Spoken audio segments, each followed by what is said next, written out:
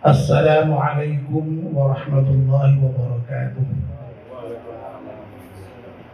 الحمد لله الذي خلق من الماء بشرا فجعله نسبا وصهرا وكان ربك قديرا. أشهد أن لا إله إلا الله وأشهد أن محمدا رسول الله المبعوث بالإنذار والبشرى. اللهم صل وسلم على سيدنا محمد وعلى آله وأصحابه وسلم تسليما كثيرا. أما بعد، فيا عباد الله، أوصيكم وإياي بتقوى الله وطاعته لعلكم ترحمون. فقال الله تعالى في القرآن العظيم: يا أيها الناس اتقوا ربكم الذي خلقكم من نفس واحدة وخلق منها زوجها وبث منهما رجالا كثيرا ونساء. واتقوا الله الذي تساءلون به والأرحام إن الله كان عليكم رقيبا. صدق الله العظيم. أما بعد. Ananda Husna Alfitasari binti Bapak Budi Erstianto dan Ananda Mustaqim bin Narjo serta hadirin hadirat rahimakumullah. Marilah kita tingkatkan takwa kita kepada Allah Subhanahu wa Ta'ala, karena takwa inilah bekal terbaik kita dalam mengarungi kehidupan dunia akhirat, bukan harta dan kedudukan, karena keduanya bisa datang dan pergi sekonyong-konyong tanpa permisi. Selain itu, saya mengajak Ananda berdua untuk meningkatkan rasa syukur kepada Allah atas nikmat yang begitu banyak, terutama hari ini angan-angan dan cita-cita Ananda berdua dalam mengarungi kehidupan rumah tangga akan segera terkabul setelah ijab kabul nanti. Bagi kita semua yang hadir saat ini, ikut bersyukur mendoakan kiranya Allah Subhanahu wa Ta'ala senantiasa memberi berkah dan ma'unah dalam kehidupan Ananda berdua nanti. Calon mempelai berdua rahimakumullah, ketahuilah kehidupan yang akan Ananda berdua jalani nanti mengalami dinamika tanpa henti. Kadang-kadang menyenangkan dan sebaliknya terkadang menyedihkan, tak sesuai dengan harapan. Saat ini Ananda berdua telah sampai pada detik-detik monumental yang tidak akan pernah terlupakan dalam kehidupan Ananda berdua, yakni memasuki gerbang perkawinan, menjalin ikatan suci sebagai suami istri yang siap menjalani kehidupan dengan penuh suka dan duka. Hari ini dan seterusnya, Ananda berdua mulai melihat realitas kehidupan yang sesungguhnya, yang tak selamanya indah seperti hari-hari kemarin. Disinilah Ananda berdua perlu menyadari bahwa manusia itu dituntut untuk melihat kenyataan yang seringkali berbeda dari angan-angan selama ini. Ananda berdua dituntut untuk semakin menyadari bahwa manusia itu mempunyai banyak kekurangan dan kelemahan di samping kelebihan yang dimiliki.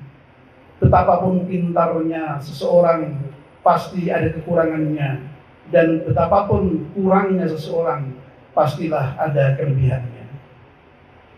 Calon mempelai yang berbahagia, di depan Ananda berdua telah terbentang jalan lempang menuju pintu gerbang memasuki kehidupan suami istri setelah ijab kabul nanti. Ijab kabul ini hakikatnya adalah sebuah perjanjian suci yang diikat atas nama Allah Subhanahu wa Ta'ala. Oleh karena itu tidak bisa dianggap main-main. Kami yakin Anda berdua telah berpikir panjang dan matang sebelum sampai pada keputusan membina kehidupan suami istri. Ananda berdua sebagai kaum terpelajar pasti sudah berpikir matang untuk melangkahkan kaki ke meja pelaminan ini. Saya ingin mengajak Ananda berdua untuk merenungkan makna dari sebuah perkawinan. Perkawinan itu bukanlah sekedar pemenuhan kebutuhan biologis. Perkawinan adalah ikatan yang kuat, yang dibangun atas dasar tuntunan agama, dilaksanakan atas dasar kodrat yang diberikan Allah Subhanahu wa Ta'ala sebagai makhluk hidup yang berpasang-pasangan. Seperti firman-Nya, A'udzubillahi minasyaitonir rajim, wa min kulli syai'in khalaqna zawjaini la'allakum tadhakkarun. Segala sesuatu kami ciptakan berpasangan agar supaya kamu menyadari akan kebesaran Allah. Ini terkandung makna bahwa berpasangan adalah kodrat manusia sebagai makhluk biologis, dan dalam agama yang kita anut, yang Islam, diberikan ketentuan hukum dalam bentuk pernikahan.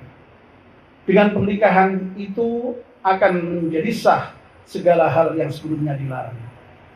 Calon mempelai berdua dan hadirin rahimakumullah, secara teknis melakukan perkawinan itu sangatlah mudah, tetapi membangun komitmen bersama sebagai suami istri tentu bukanlah perkara mudah, karena perkawinan itu berarti membangun sebuah koalisi permanen antara kalian berdua untuk hidup bersama.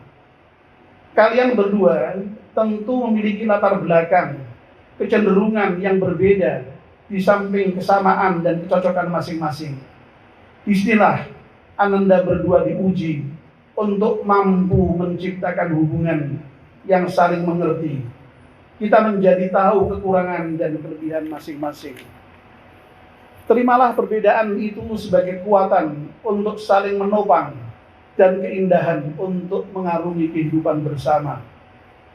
Kita dituntut untuk lebih banyak berbicara melalui rasa dan nurani, karena melalui inilah saling pengertian, saling cinta, dan kasih sayang akan dapat dibangun dengan kokoh. Jangan berbicara hanya dengan logika formal, tetapi berbicaralah dengan hati. Berbicaralah dengan suasana batin atas dasar kebersamaan, karena itu semua akan bisa diselesaikan.